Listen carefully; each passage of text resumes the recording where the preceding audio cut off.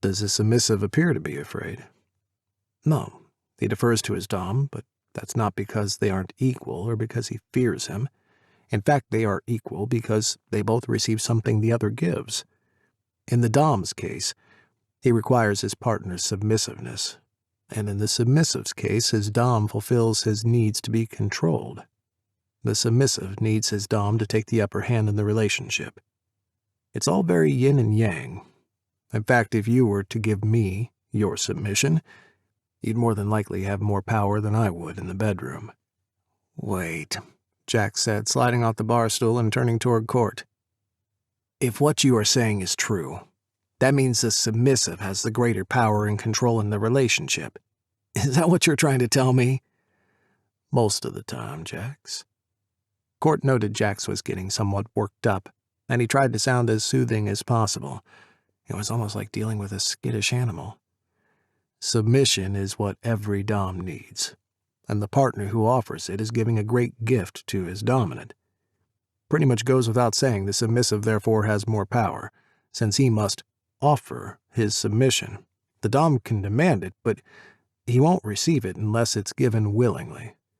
So that's the attraction of this lifestyle, that yin and yang you spoke of, Jack said. Court could see the light bulb go off in Jax's pretty dark-haired head, even though he was frowning as if he didn't believe it. That's part of it. So where do the beatings and whippings come into play? Jax asked. His eyes were narrowed, and Court could feel the skepticism coming off of him like it was a palpable thing. Court was a bit surprised, but he answered as honestly as he could. In BDSM, most couples call that a flogging, Jax. He reached up and caressed the side of Jax's soft cheek. He was closely shaven and smooth as could be. His eyes were bright with intelligence, and as he touched Jax, Court could feel his emotions opening up to him. Oh, my darling, you are more submissive than you know. Has someone hurt you? It's always consensual, and not every couple participates in such heavy percussion play.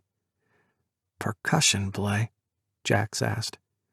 The man was not even trying to hide his interest or his worry at this point, and the conversation had gotten much too serious for an environment like this. Court thought he'd better end the talking and get them somewhere where they could better discuss things. The simple answer is yes, Jax. Any time a dom hits his submissive, whether it be with the palm of his hand as a spanking, or a flogger, or even a riding crop, that is referred to as percussion play. Of course, I could demonstrate it on you when I get you home. He waited for Jax's reaction and wasn't surprised when the man shrugged and looked away for a moment. Jax took a deep breath and glanced back, looking a bit sheepish. You know, that's the second time you've jumped to the conclusion that we were going home together, Jax said.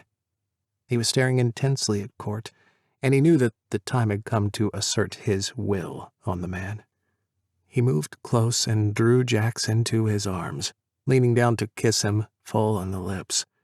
Jax stiffened in his arms for a split second, and the moment Court felt him relax, he knew he had found what he'd come looking for. He pressed against Jax's lips, moving over them as he began to taste the man, and the moment Jax relaxed his jaw, Court deepened the kiss. When Jax moaned and opened his lips, he pressed inside.